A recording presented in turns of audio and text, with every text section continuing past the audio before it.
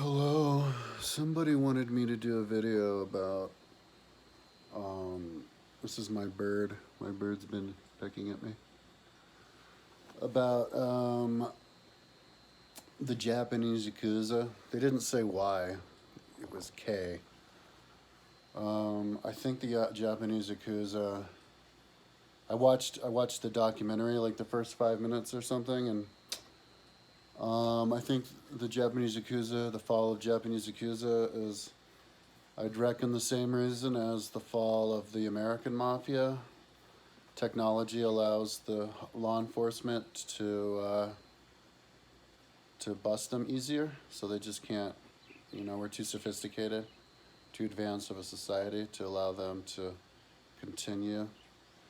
Why would you want me to do that video? That doesn't have anything to do with the kind of stuff I talk about. I talk about history. You could, if you wanted me to talk about the Yakuza, you could ask me to talk about like the past version of the Yakuza or something like that. Like maybe or the history of it or something. But anyway, but no, there was another question. What do I think about John Dee Alister Crowley? Yeah, and that was it. Do I think John Dee? I'm pretty sure those are the only names. Do I think John Dee was the forerunner of Alister Crowley? I've never heard of John Dee for some reason. I probably heard of him, but it didn't stick. But yeah, John Dee was a famous scholar, polymath. I guess one of the top polymaths. He was one of the of England from the 1500s, for Queen Elizabeth, who was in her court, one of her advisors, and I guess he was a lord. I read the Wikipedia article about him, and then I watched a video where a guy was talking about him and was trying to decipher what he was saying, and so that's what I know about John Dee.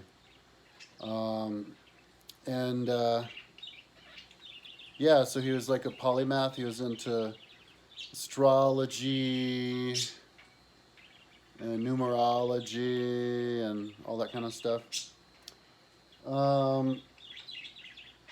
I think it was too early in history to consider John Dee the analog of Alister Crowley. I think Alister Crowley was the inspiration behind L. Ron Hubbard, who started Scientology. And so I actually even read, my highlights are still there, Alister Crowley's book. I think I read it twice. I read it like 10 years ago. But I read it like a couple weeks ago. Audiobook. It was like an hour.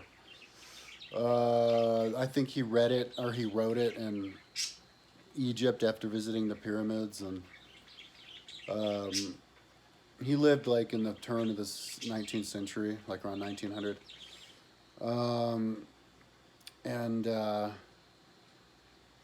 His book is about like secret, Egyptian symbols and what they mean, and certain empowerments that you can do from it. And I didn't absorb anything, like nothing from the book. And I remember I absorbed nothing the first time. And whenever you read a book that you don't absorb anything, it's just a word salad. That explains why the person who wrote the book isn't famous. It's a cult. It's like second tier. I think the motivations behind it were selfish, just to kind of try to pump somebody's narcissistic ego, and so that inspired L. Ron Hubbard, who is Satanism. Scientology is a textbook definition of Satanism.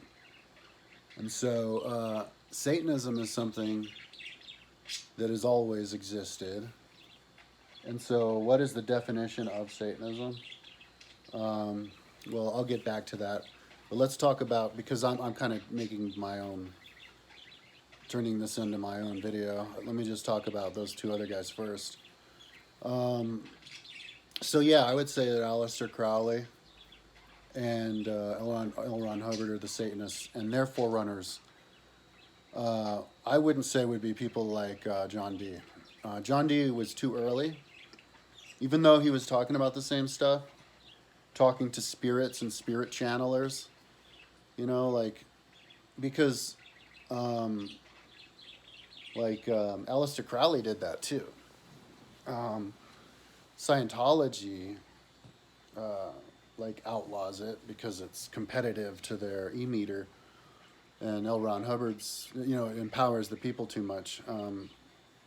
It's too hard to control them. But so I would say that John Dee would be the forerunner of a modern day New Ager, like a polymath New Ager, like a spiral dynamics evolutionary psychologist or something. Because the past, back in the 1500s, that was kind of like in the Dark Ages, before the Enlightenment. That was before people could understood physics. Isaac Newton was 100 years after that. And it was after Isaac Newton, after the 1650s, when people were more, by and large, not as interested in channeling spirits, and they were more interested in just studying science. And so the Enlightenment is about learning science and thinking logically. And so that was still so long ago. I think the past analog, the forerunners, the spiritual predecessors of L. Ron Hubbard, and especially L. Ron Hubbard, the Satanists, would be like your common,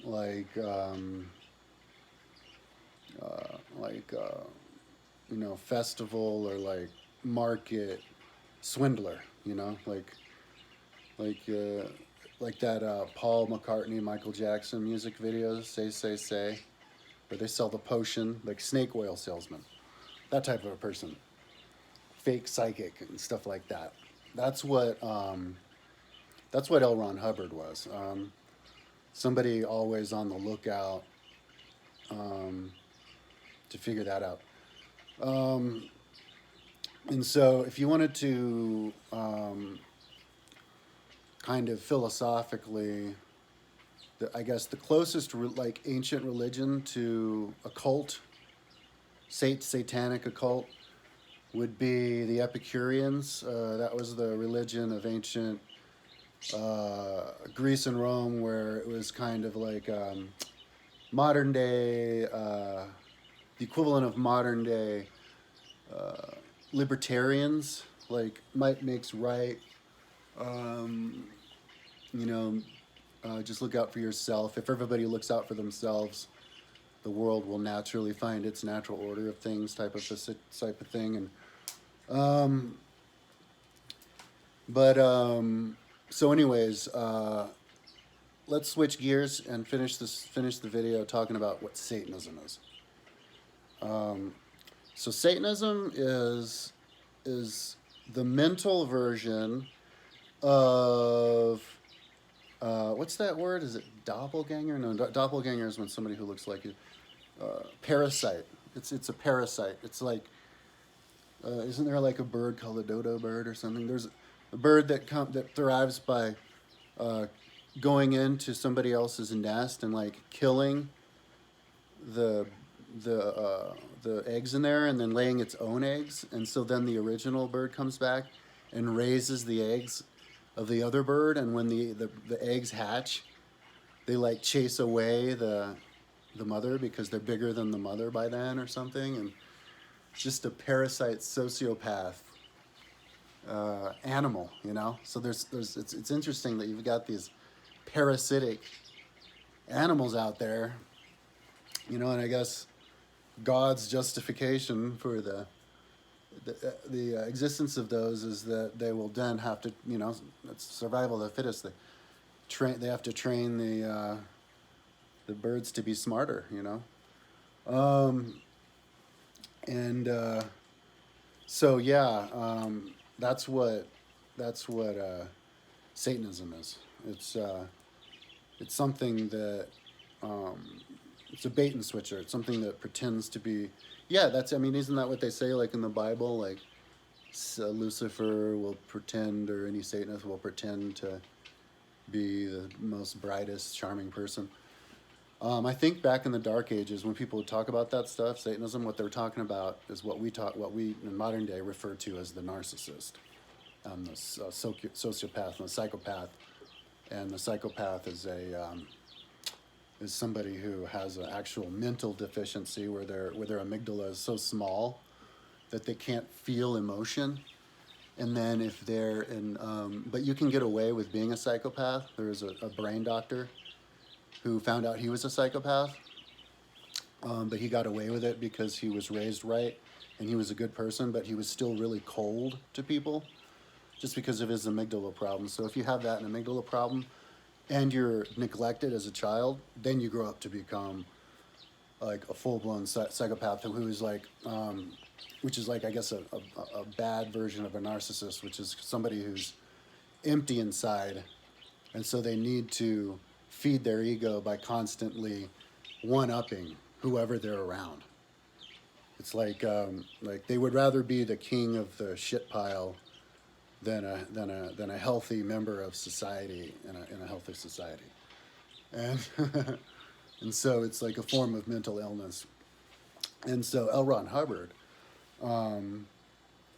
was a science fiction writer who had this imagination, and so was trained. He had trained his brain to constantly be on the lookout for seeing new ways of explaining a concept so that he could write more books. He was, I guess, the officially most prolific science fiction writer ever, and so yeah, he would just study world religions, and then he decided to write a self-help book about stuff, and it was then one of the big bestsellers of like 1952, which was like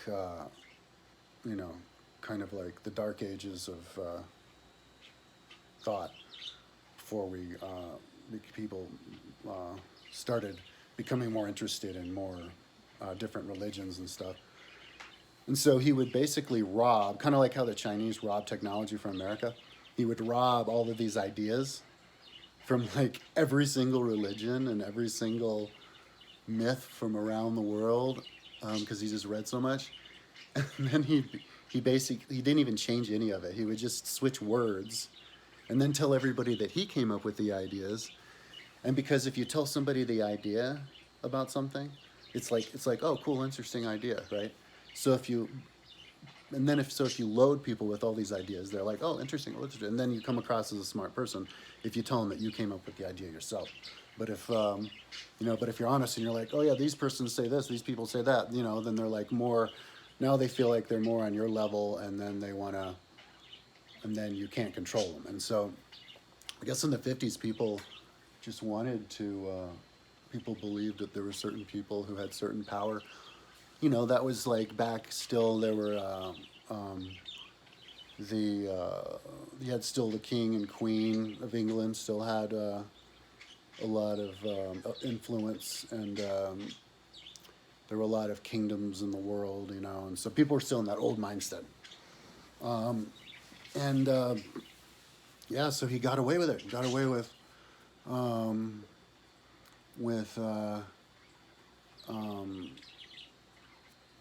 using only the good parts of these ideas, and then switching people over, like bait and switch, over to the mind control, which is actually maybe, I don't know if that's what Alister Crowley was talking about, but it's just repetitive insults so that people can start to not see themselves in their own ego, and they're just see themselves in terms of what they're supposed to do. kind of, I guess in spiral dynamics terms, they're knocking them back into the blue where they're brainwashed rule followers. And he learned that from MK Ultra, who were doing experiments from like Stanford and Harvard, I think, in the '60s, like Ted Kaczynski, and even Charles Manson, and I think they were in Scientology at the same time, or Scientology. Like Charles Manson was in Scientology for a while at the beginning and knew L. Ron Hubbard, but then he was kicked out because he was one of those Scientologists who tried to, you know, think too much and create his own ideas. So but anyways, it's Satanism because I like literally, because there's this guy on YouTube who's one of the popular Scientology channels, who's a second generation, but he converted when he was 10, and then his father converted when he was 11, and he converted when he was 19, and he wanted to be an actor. I can't remember his name, but he lives in LA, or he's an actor. But he said that he heard that from somebody who got up to the highest OT level, OT8, that the final lesson with L. Ron Hubbard is, okay, so like, welcome, now you have achieved the highest level, which is what we're going to do is we're going to destroy everything that has ever grown in the universe. Welcome aboard, you're stuck here. So it was like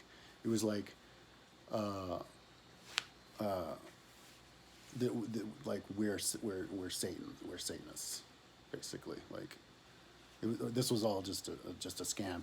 And once, or even worse, like that we're on a mission to kill everything, and that's kind of what the mindset is for a sociopath. They just want to destroy everything around them, even if it in the end hurts them. It's like a human form of a cancer. In terms of like spiral dynamics, I want to do a video about that if anybody asks me. There's certain people who live in the more selfish memes. I guess that would be the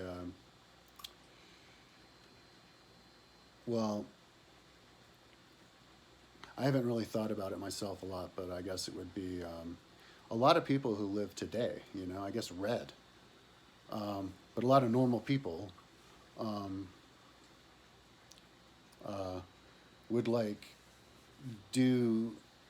would butt in line, I guess, in life. It's like most people do that. That's what I mean. Like you're supposed to,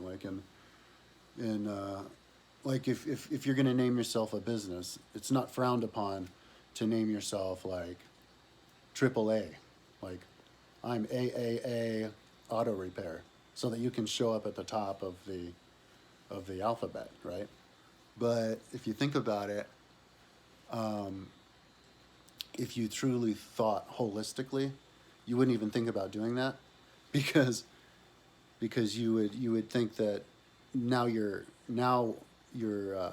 stealing the place of somebody whose name actually is A, like for a reason, and you shouldn't have to. Everything you do, you should be thinking about the welfare of everybody else, because we all live in a system. And the analogy that I use for that, and I thought up with the idea today, is like I'm working on my website, and I have all of these pages. This one page with all of these fonts on it, and so it's like all these fonts. So if I want to access a font to name something, I have to like dig down some, and it takes a little while. So the font that's at the very top is the easiest to get to. But so when I name a font, I don't name like my new font, I better name this font AAA Aqueduct or something like that, so that I can get to it quick, because it's all the same to me. Like I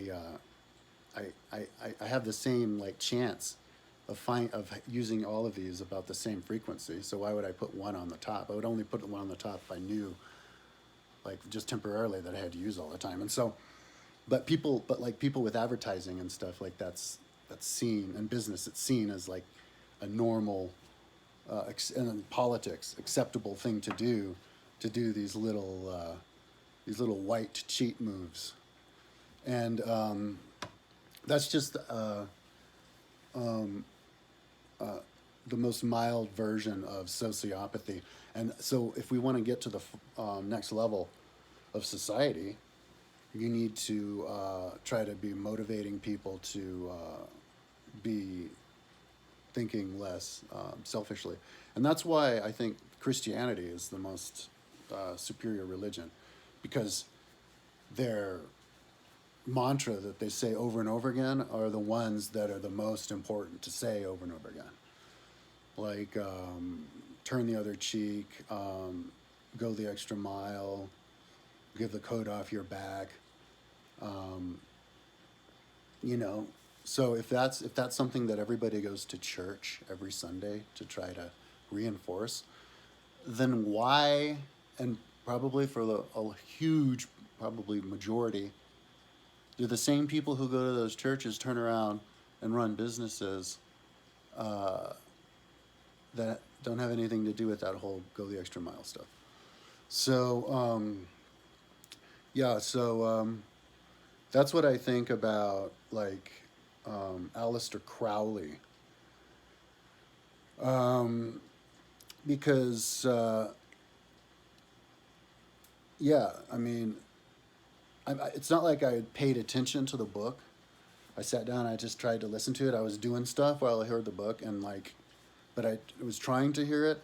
Made no sense. And whenever I come across books like that, those are books that are meant to inspire in people's minds ways to devise forms to like trick people and manipulate people and make people think that you like know this because you can connect this to some magical thing. And that's why it was like so interesting to L. Ron Hubbard.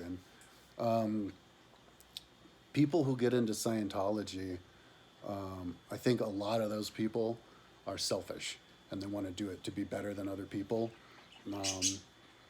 And a lot of people are not selfish, which is the sad part about it, because it's like they're like taking advantage of the not selfish people, and because of them not being selfish makes them manipulative, because they want to help, but they weren't trained to think for themselves, and it was okay to not think for yourself. And so so that's what I think, like extended version about the orbit around Alister Crowley. I don't think it's fair to plug John Dee, like John Dee was an astrologer. Astrology is New Age. I believe in astrology. The problem is when you turn astrology into science and you follow it like it's dogma. Astrology throughout history has been repeatedly outlawed in society because people have taken it too far. It was outlawed in Rome multiple times. I think in like the year 80 AD, I think it was outlawed. And it's always existed, So astrology is one of those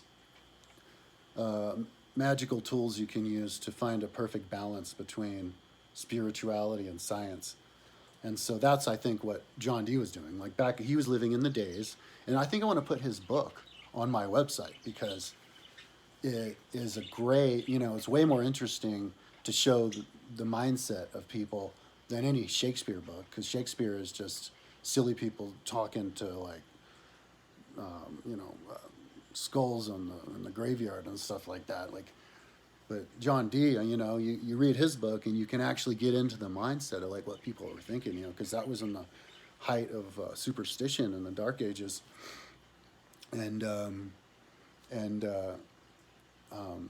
just to see what people thought. When I saw this guy did a video about it, John Dee, he was just talking about the numerology and how he found some numerological number that was in the Bible, and that numerology stuff I think is a waste of time. The people who, that's kind of like saying, that there's magical sayings in the Bible. That's kind of like saying that the Tibetan religion is a magical, or the Tibetan language is a magical language because they formed their chants around the meaning of the chant. You know, it's like saying that the Bible, the New Testament Bible, needs to be believed more than any other book because the whole formation of it in the beginning was divinely inspired. Well, if it was divinely inspired in the beginning, it would also be divinely inspired when it's time to change it, to change the interpretation of it and what you're going to believe is valuable to read and what's not. And so, man, I lost my train of thought. Yeah, so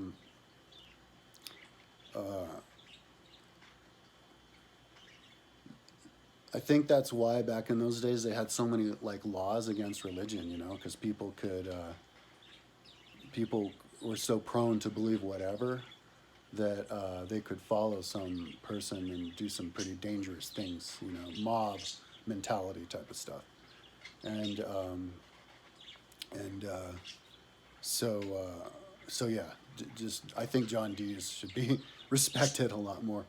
I don't think maybe he's not a common name because even though his book is online, because you know it's just so hard to make any sense of it. You know, it's modern day Christianity wouldn't want people to read it because they would probably interpret it kind of like maybe the person who asked me to do the video, looking at it along the same lines as like a cult, like Alister Crowley, you know? They would think he's being a cult with the Satanists and all that kind of stuff.